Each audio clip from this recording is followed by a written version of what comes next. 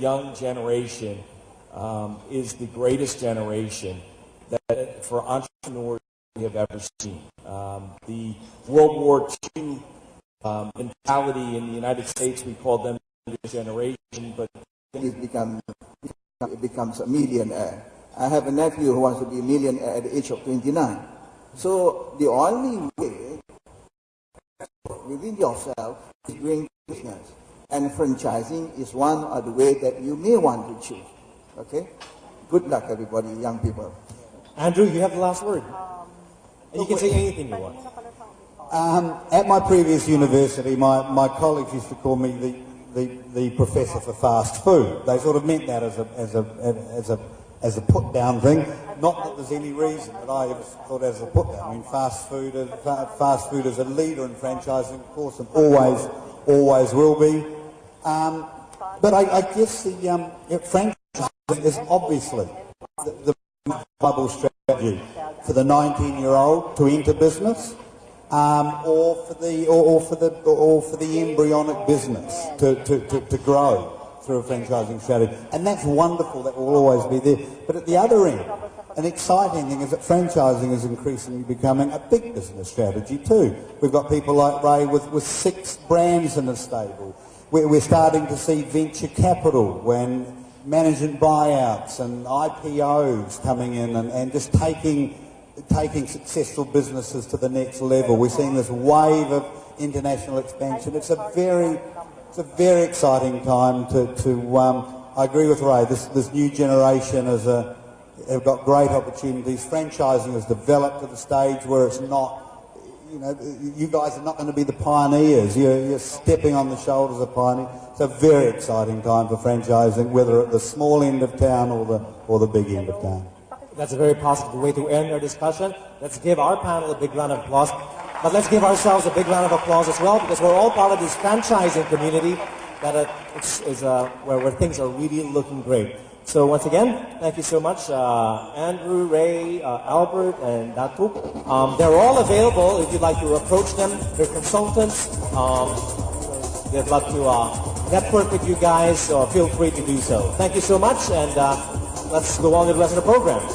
Please don't leave yet. We're going to be giving you some tokens of appreciation, so please remain on stage. And please sit down, gentlemen.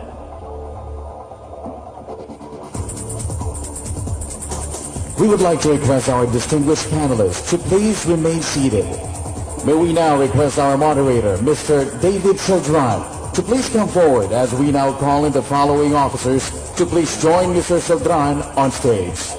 Mr. Sammy Lee, Chairman Emeritus of PFA. Mr. Robert Trota, Chairman of PFA. Ms. Yvette Pardo Orbeta, President of PFA. And Ms. Bini Sibal Limhoco, Vice Chairman of PFA. For the presentation of our plaques of appreciation.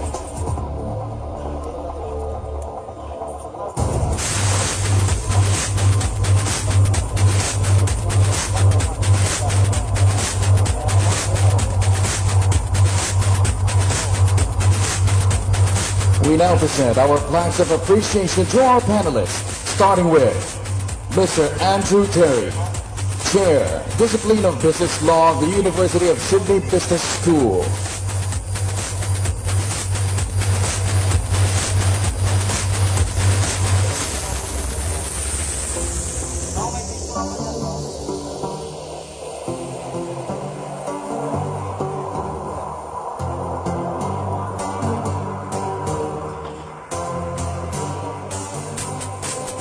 We now call on Datuk Muhammad Latif Sarugi, Chairman of the Malaysian Franchise Association.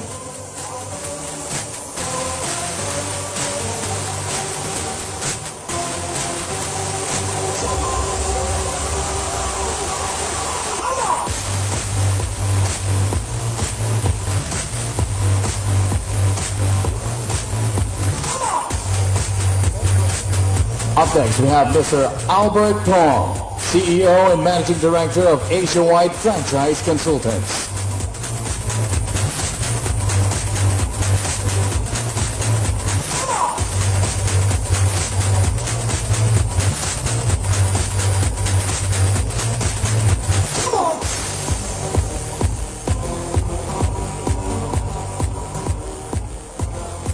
And finally, may we have Mr. Ray Titus, CEO of the United Franchise Group.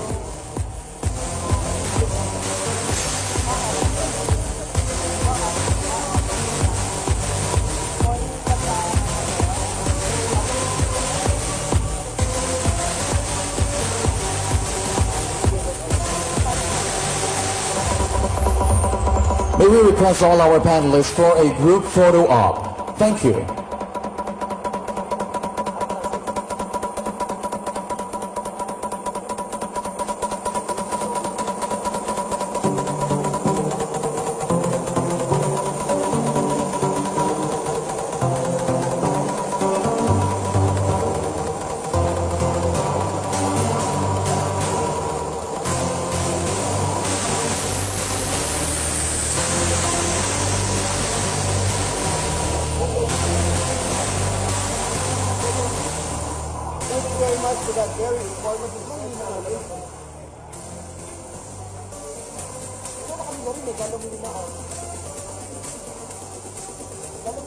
Ladies and gentlemen, another round of applause for our moderator and international panelists.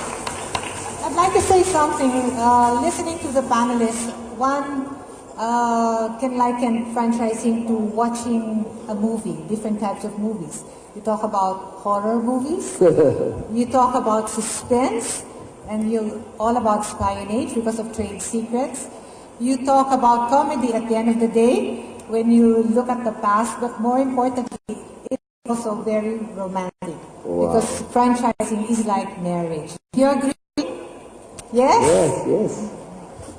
And now, Lynn, we move to our next session, a very interesting discussion on social entrepreneurship. As franchisers, we can truly make a difference and change the world.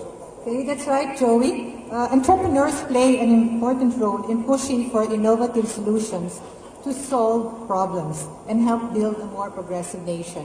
Our next speaker is a graduate of Bachelor of Science, major in Clinical Psychology from the University of Santo Tomas. He is now taking his professional studies on Marketing Management at De La Salle of St. Benilde, Manila, with an extensive background on integrated sales and marketing activities, business development and implementation, media-related activities, and public relations. As an officer of ABS-CBN Corporation and ABS-CBN Foundation, Inc., he has an extensive background in integrated sales and marketing activities, business development and implementation, media-related activities, and public relations. He is also responsible for conducting market trend analysis and customer needs identification for business development opportunities. On top of that, he is also in charge of building and establishing a strong relationship with new customers, clients of the foundation.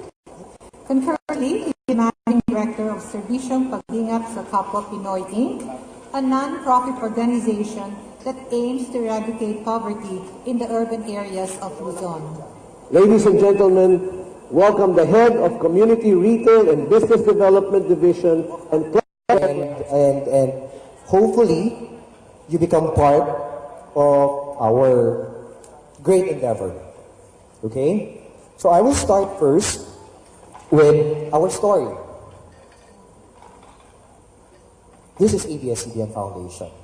ABS-CBN Foundation, in true Kapamilya spirit, has been partnering with different organizations for our advocacies and programs, because it is only through our partnership that we get to sustain it. And also, the way we inform the public about what we have done is through the help of media. Of course, ABS-CBN Foundation will not be ABS-CBN Foundation if not for its mother company. And then, of course, Bantay Bata 163. This is the counterpart of the US 911. But this one is exclusive for the children. Okay? And then we also have Bantay Kalikasan. This is our environmental arm.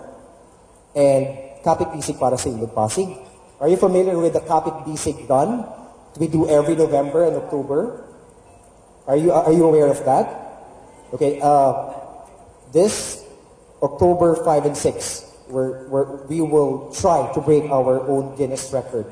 Our Guinness record that we set last 2010. And this run, the Kapit Bisig run, aims to clean the different esteros from Quezon City to San Juan. And then, of course, Bayaniwan. Bayaniwan and Kapit Bisig. The reason why we put Kapit Bisig and Bayaniwan together is because that is where the story of ABS-CBN Foundation Social Enterprise will start. Okay, Bayaniwan FYI.